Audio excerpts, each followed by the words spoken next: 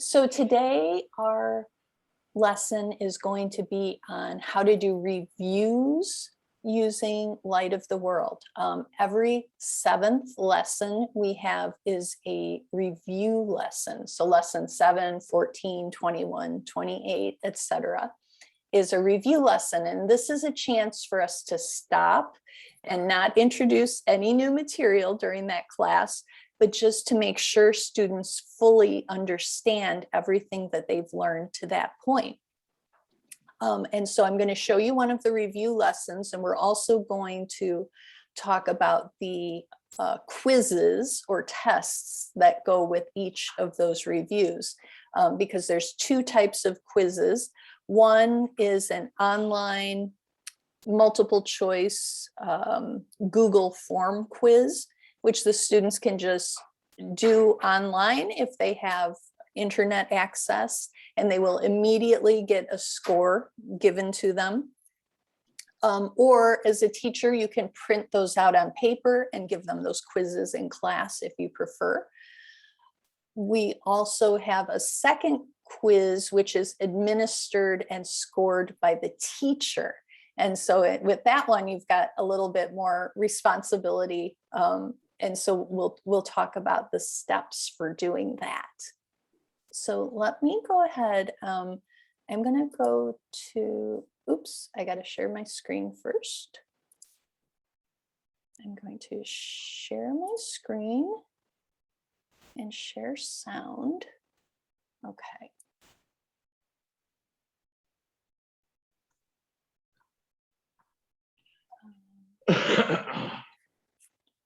All right.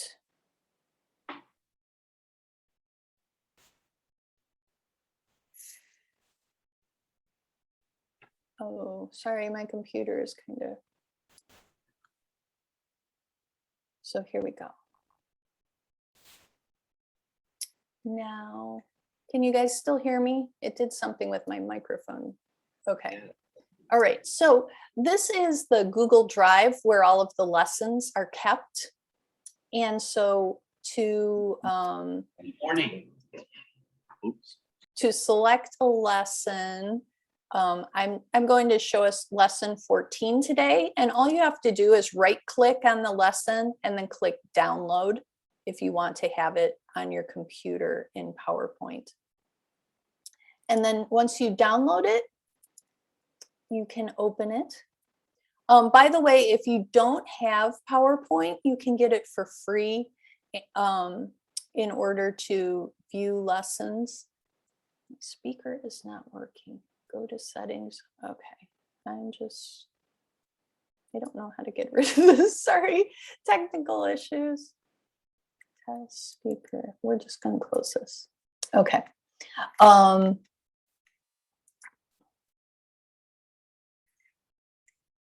So if you don't have PowerPoint, you can get a version of PowerPoint for free that allows you to view lessons. You won't be able to edit them or create them, I think, in the free version of PowerPoint, but it is available for viewing lessons. You can also use Google Slides or a number of different programs for showing your lessons.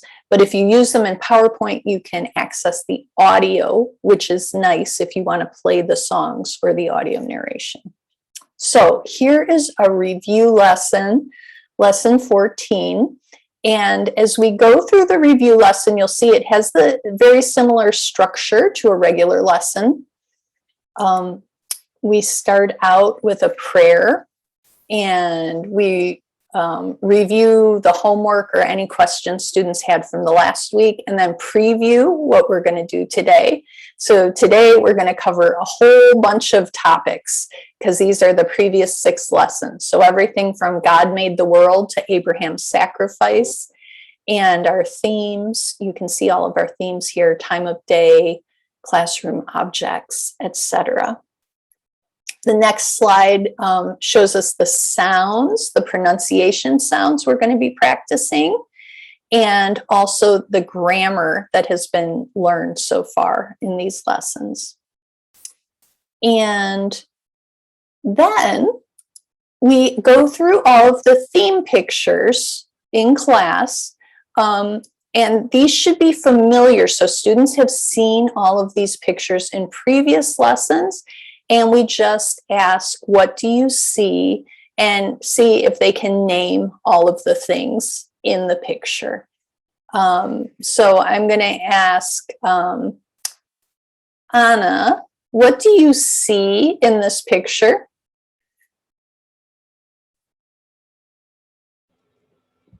I see clocks and the meals.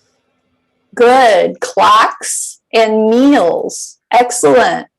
And then we can ask what else, and have other people in the class, you know, specify things like day, night, breakfast, lunch. And then we go to the next one. So classroom objects was another lesson. And this one also includes more classroom objects and commands.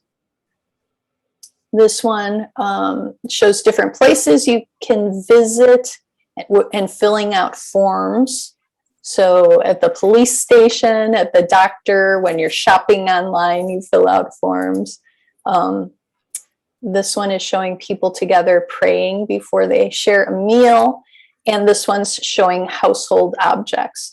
So as you go through these lessons, it's just to refresh students' memories, and they may have questions and say, oh, I forgot, what is the name of this thing? And you can say, oh, this is a refrigerator. Can everybody say refrigerator? And you can practice those words. The next thing you'll do is go through the grammar. And again, they already know this, so you're just going to go over it briefly, but see if they have any questions. This is where we can see if there's gaps in their knowledge, that they haven't learned things fully.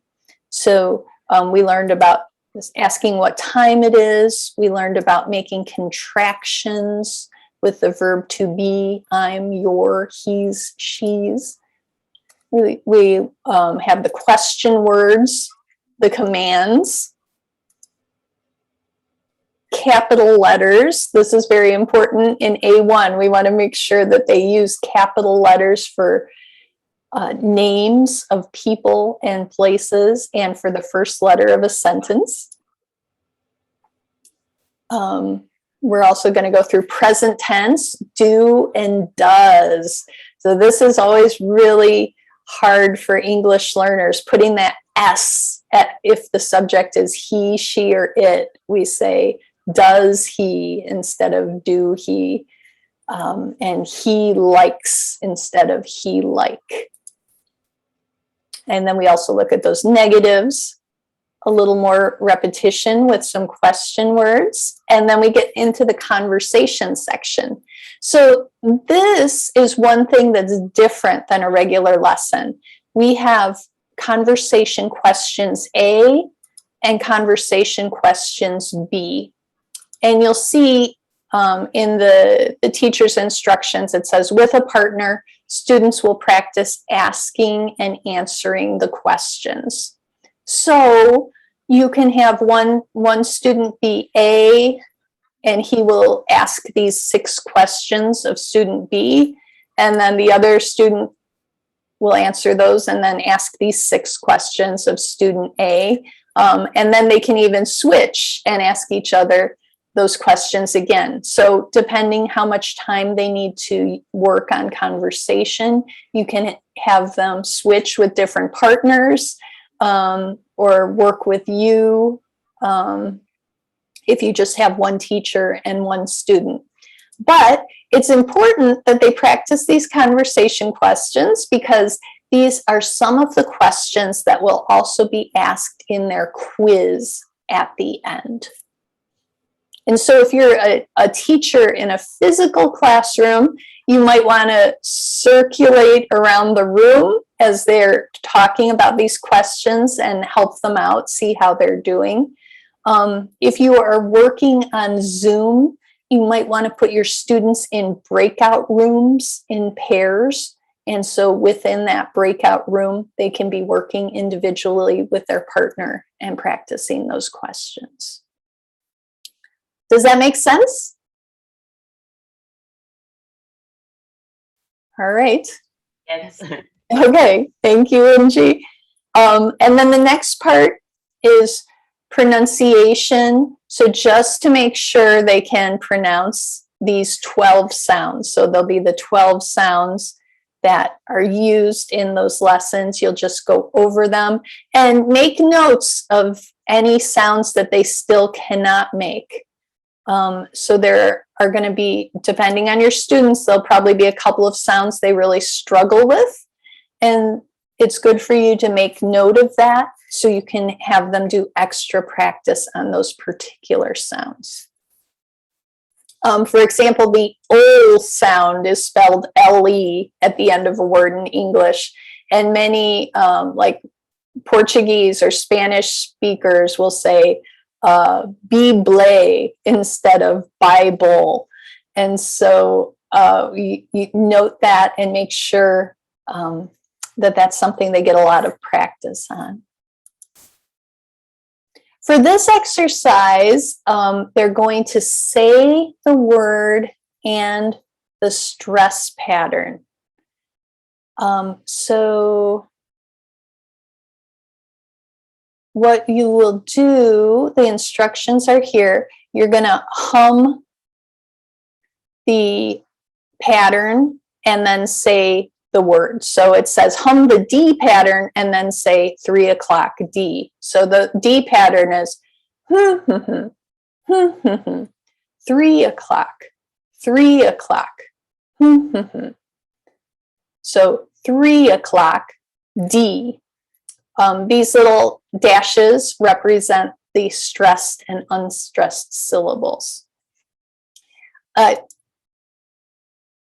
And what then you'll ask the students to go through. So we model the word, then they can repeat it. So class, please repeat 3 o'clock, 3 o'clock. 3 o'clock. Thank you, Kimberly. Good. And 3 o'clock is letter D. We do the same thing, and then we can say, for example, breakfast, breakfast. So what do you guys think? What is the pattern for breakfast? Is that A, B, C, D, or E? I think it's B. Yes, very good. Breakfast. So the first syllable is higher in pitch, longer in duration, and louder. Breakfast, breakfast. And so you can spend some time with that, making sure that they can get the stress syllables for these words. The next section we have, oh, and welcome Kezia. Kezia's just joined us. Thank you for being here. The next questions are reviews of Bible stories. So they have already read these Bible stories, and these are some simple questions about the Bible stories. So you can go through these and ask the questions. What did God make? So Kezia, can you hear me? Kezia is on mute. I'm not sure. Yes. Kezia, Hello, good morning. what did God make? What did God create in the beginning? He created the earth, the heaven, the animals. Yes, very good. The earth, Thank you. heaven, the animals. Yes, God created all of those things. And Ingie, what were the names of the man and woman, the first man and woman that God created? Adam and Eve. Yes. Their names are Adam and Eve. Okay, very good, very good. And then question number 3, what day do you rest? That'll differ depending on the students.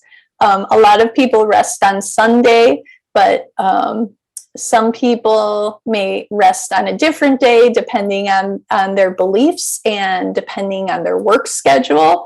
Some people never rest, but that brings it to a more personal discussion on question number 3. So you can ask those questions.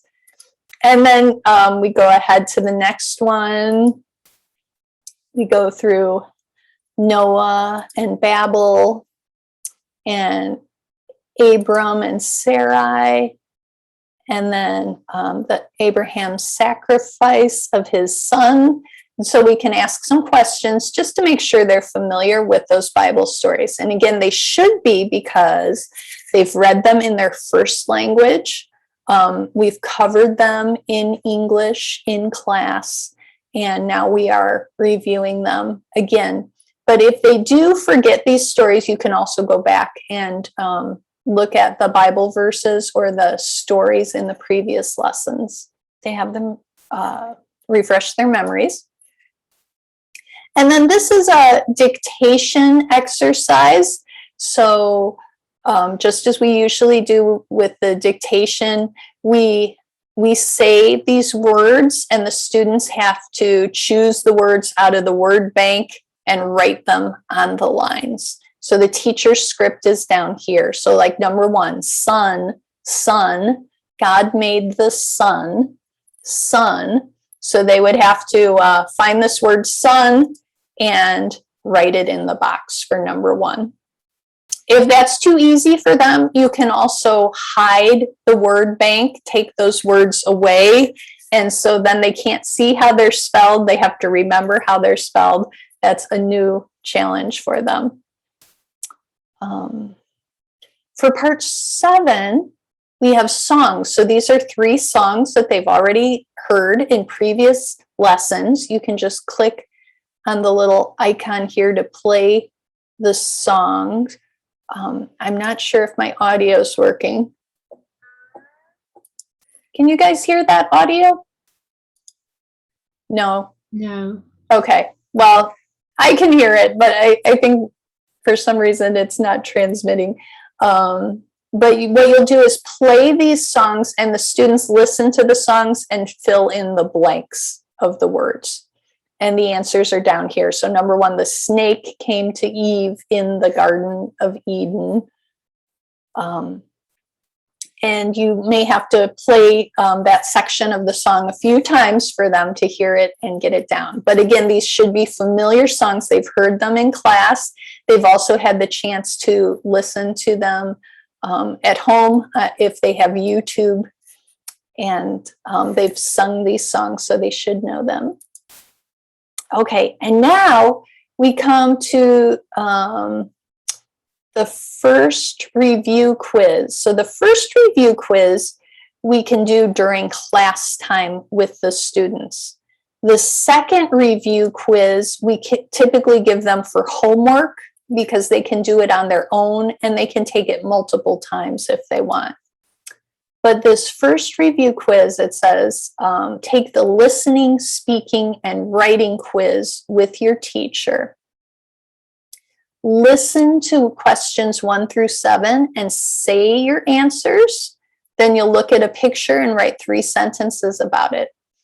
Now, be sure to read the teaching instructions down here, and it tells you you're going to use the rubric found at the end of the presentation to score the student's quiz. The teacher will give the speaking, listening, and writing quiz by asking the student the following questions. So you're going to ask these 7 questions, and then you're going to show them a picture, and they have to write on the picture. So if you go over here to the rubric, which is found on, it's always found at the end of the presentation after the appendix. It actually has the questions written in here. So you can, if you wanted to, you could print this out on paper and have one of these for each of your students, or you can just do it electronically. So you could make, if you wanted to make, let's say you have 5 students, you could duplicate this slide. So I could just go duplicate slide, duplicate slide, duplicate slide 5 times. So I've got 5 copies of this. And then I would go ahead and put the student name up here. So we'll put Joanna's name up here as the student. And the date that we're giving the quiz is whatever today's date is. I think it's the 4th. And then they show you examples here of how to score with this rubric. So an example is, if the question were, are you an adult? A good answer would be, yes, I am an adult. If they answered that, and it's true, and it's correct, they are in fact an adult, they would get 3 points for that. If they give a partial answer, but it's unclear or incomplete, if they just say yes, or they say the words but not in the correct order, they say adult am, or they say I, adult, adult me, then they would only get 1 point because the answer is correct, but it's not perfect. It's not clear and complete. And if they say, no, I am not an adult, I am a baby, they would get 0 points because that's not the correct answer, right? So they can either get 3 points, 1 point, 0 points for these. And so these are the 7 questions you are actually going to ask them. So let's practice this. So Joanna, can you hear me? You are my student taking the test. Okay, so Joanna, what time is your English class? My English class is at 2 o'clock. Excellent, very good. So what I would do here, I'm just going to put a 3 in there. I'm giving her 3 points because she gave a correct answer. Okay. And then if I ask, let me ask you another one. Joanna, what do you like to drink? We're jumping to question number 4. What do you like to drink? I like to drink pineapple juice. Okay, very good. She likes to drink cran apple juice. So I would give her 3 points for that as well. So if she's giving good answers, she's going to get 3, 3, 3, 3, 3 all the way down here. Now the next thing we do, part 8, is write sentences about the theme picture. So we're going to show one of the theme pictures from the beginning of the lesson. We had 6 of them, so you can pick whichever one you think would be good for your students to do. You could even give different ones to different students if you wanted, but usually I just pick one theme picture. So I'm going to show this theme picture, and then you ask the student to write 3 sentences about it. So, so Kimberly, what are 3 sentences you might write about this picture? The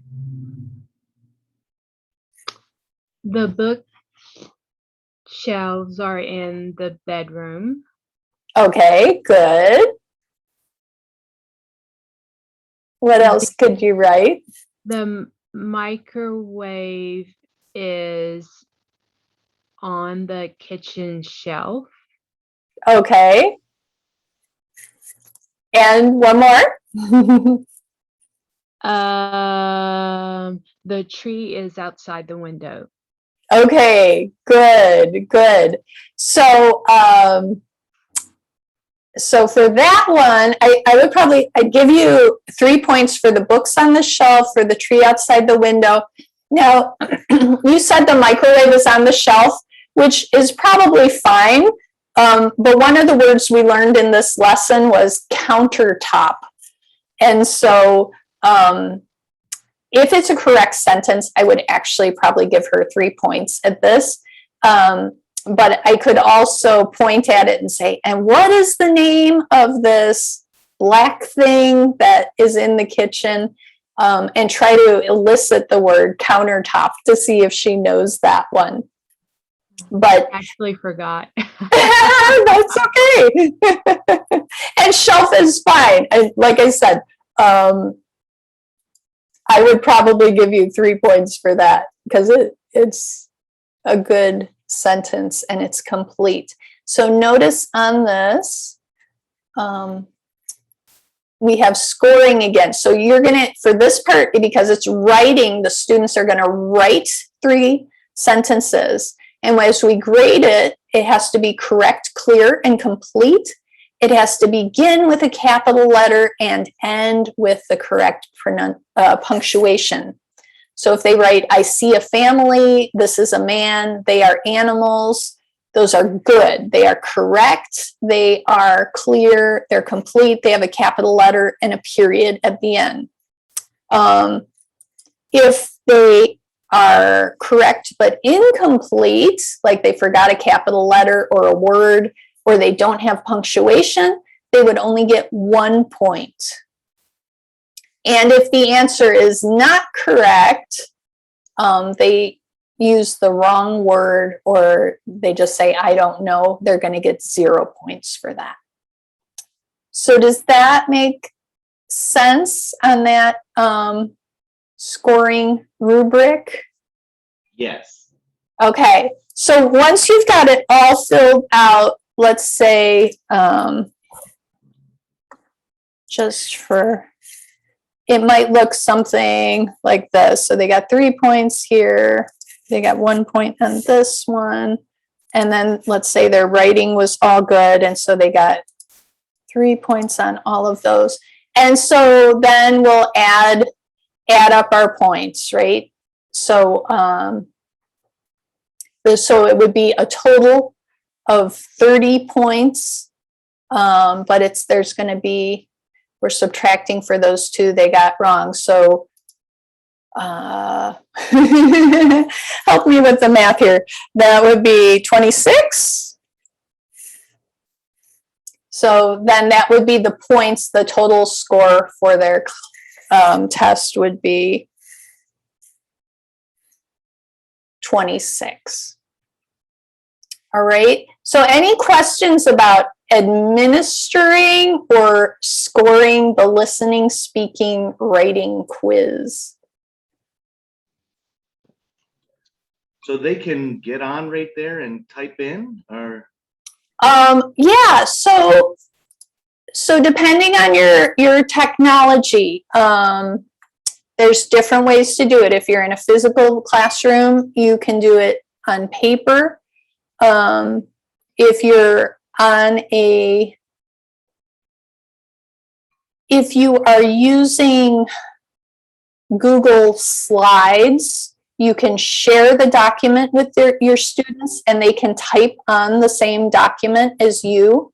Now this is, the students don't necessarily need to be writing on this sheet. This is for the teacher to have the score.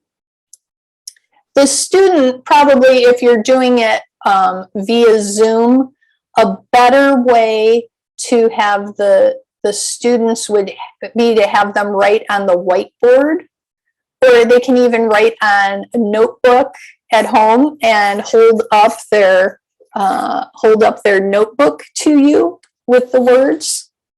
But yes, they can type on the screen using the annotation tools in Zoom, or if you're using a shared document in Google Slides, they can type on that. Thank you. Sure. How, Go ahead. sorry. For a class format, how do you provide individual feedback? Because I know you're teaching us now, but if I'm in a class with other people, I wouldn't necessarily see you scoring them, would I? So if you're in a class with other people, yeah, so here's what we would do. For example, if I have a class with 10 students, I'm only doing this testing with them one at a time. So I would have the other students doing something else during this time that I'm giving the test. So this might be a time I might say to them, hey, you guys, I'm going to start giving the test. So why don't you start on your homework, which is going to be,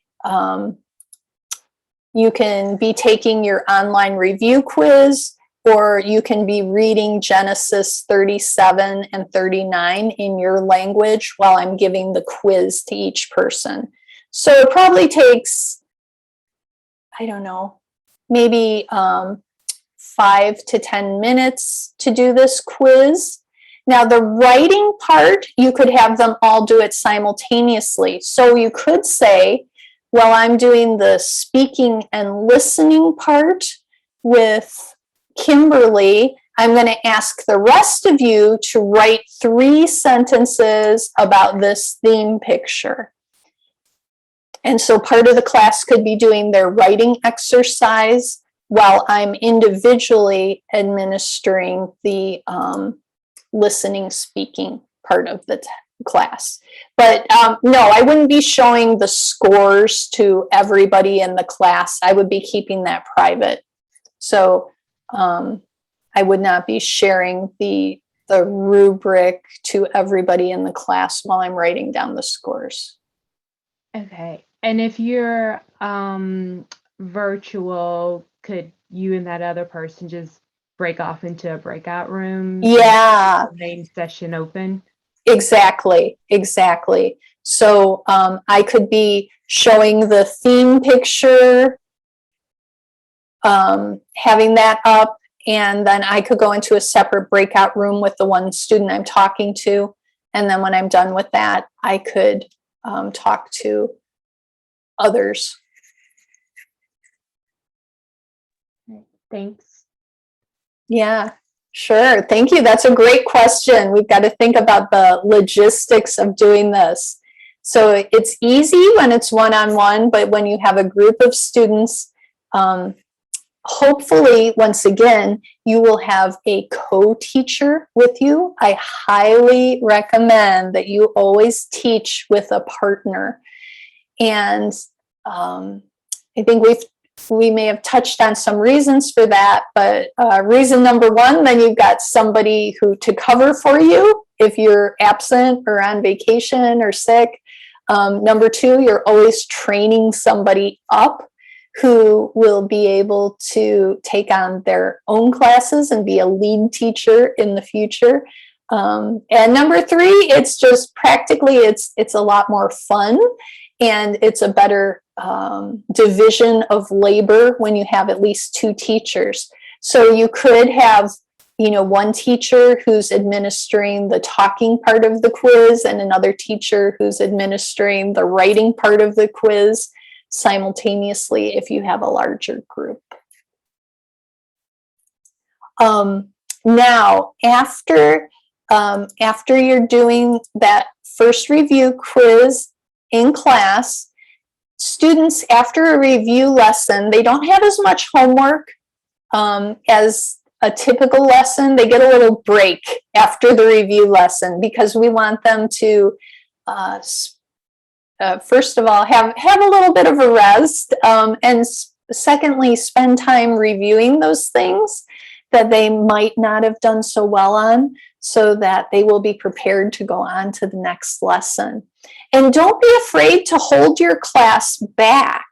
So if you find that, they're really struggling, they're not getting through this material, they don't understand it as well as they should, don't rush ahead and go into the next lesson. You can spend 2 or 3 class sessions reviewing to make sure everybody is caught up before you go to the next lesson. English learners will get discouraged if they get behind and they don't understand what's going on. And then a lot of times they just drop out. So we want to, in order to keep them encouraged and feeling capable and competent, we want to see them succeed. And that often means reviewing materials repeatedly that they haven't got. Sometimes as teachers, we want to get through our syllabus and we're like, okay, we're going to do one lesson a week. And then we're going to be through with 21 lessons in 21 weeks. And that's the end of our semester. And we have graduation planned. But you never know. Your class might get through that a little bit quicker. They might need a little bit longer. But you take your cue from your students, not just an arbitrary schedule. So the homework that they're going to be doing, as always, they'll be reading the next week's Bible story in their first language, and they're going to take this review quiz. So they can just copy and paste, or I think it's a hyperlink, and go to this quiz. Let me go ahead and show you what those quizzes look like. So students should be able to do this if they have a mobile device and a internet connection, but you can also print this out on paper. So these are the questions. They're multiple choice. So like, his name is Abraham, Adam, Eve, or Sarah. What we're looking for here is the rule that names always start with a capital letter. So Adam is the correct answer, etc. So they're going to go through these, answer these. There's just one correct answer per question. And then when they're all done, they're going to submit, and it will immediately tell them how many they got correct and how many they got wrong. And so we encourage students to, it says, take the review quiz and write your score here.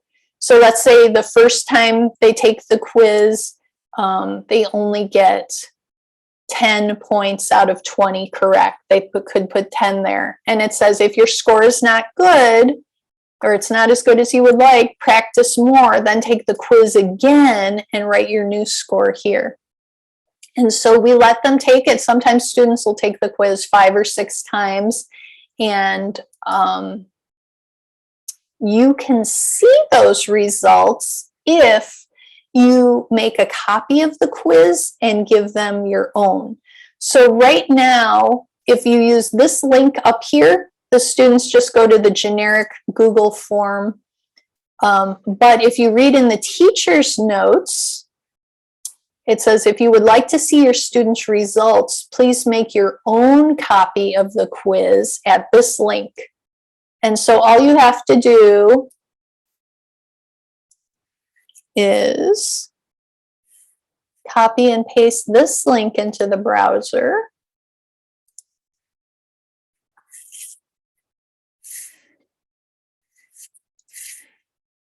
And it will say, would you like to make a copy of review quiz? And you click make a copy. And it takes a few minutes or a few seconds, so don't give up. You don't have to keep clicking it. It just is going. Okay, and now you can see this is called copy of LOTW review quiz. And you can put your own name in here instead. So I can say, put my name in here, Melina's LOTW review quiz.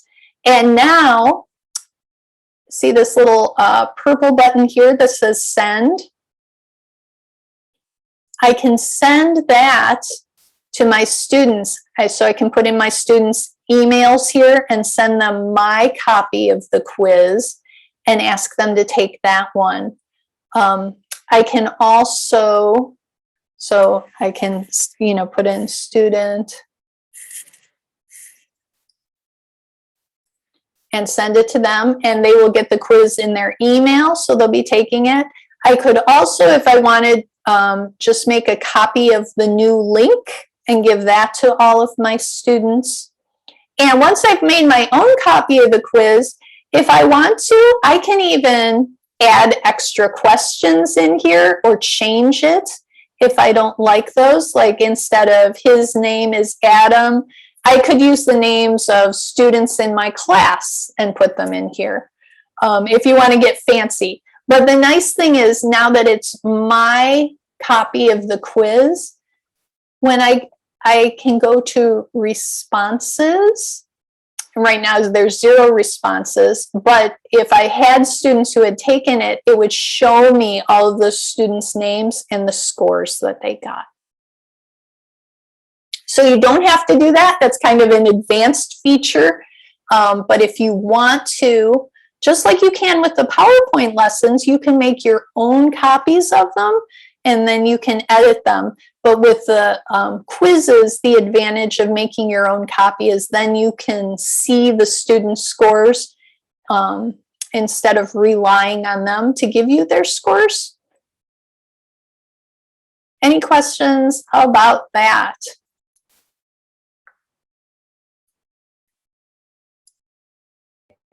Melina, how can we see the answers, because we have to be able by add by editors? Yeah, so if you make a copy of the quiz, then you are the editor. Okay. Mhm. And all you have to do, if you see in the lower right-hand corner, there's this little pencil icon. If you click on that, then that allows you to see the responses.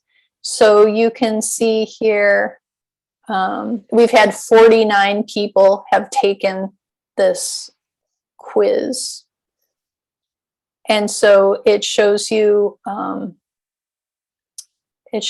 summary, so you can then look at your whole class and see how many got it right. So like this question, 77% of the students got that right. Mhm. And you can go Okay, through okay. and you can Thank also see the individual responses for each student and see how they did.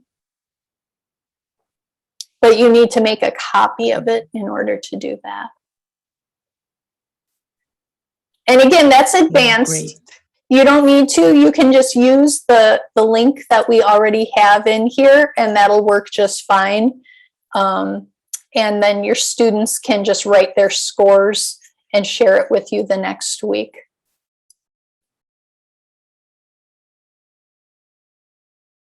So, and then the final thing for homework, just as always, we have this checklist, and they can go through the checklist and click on the things that they can and cannot do.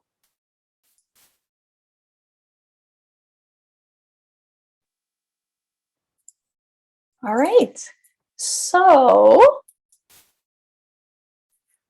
that is our little lesson on how to use the quizzes and the review lessons for Light of the World. So I hope that's been helpful for you guys today.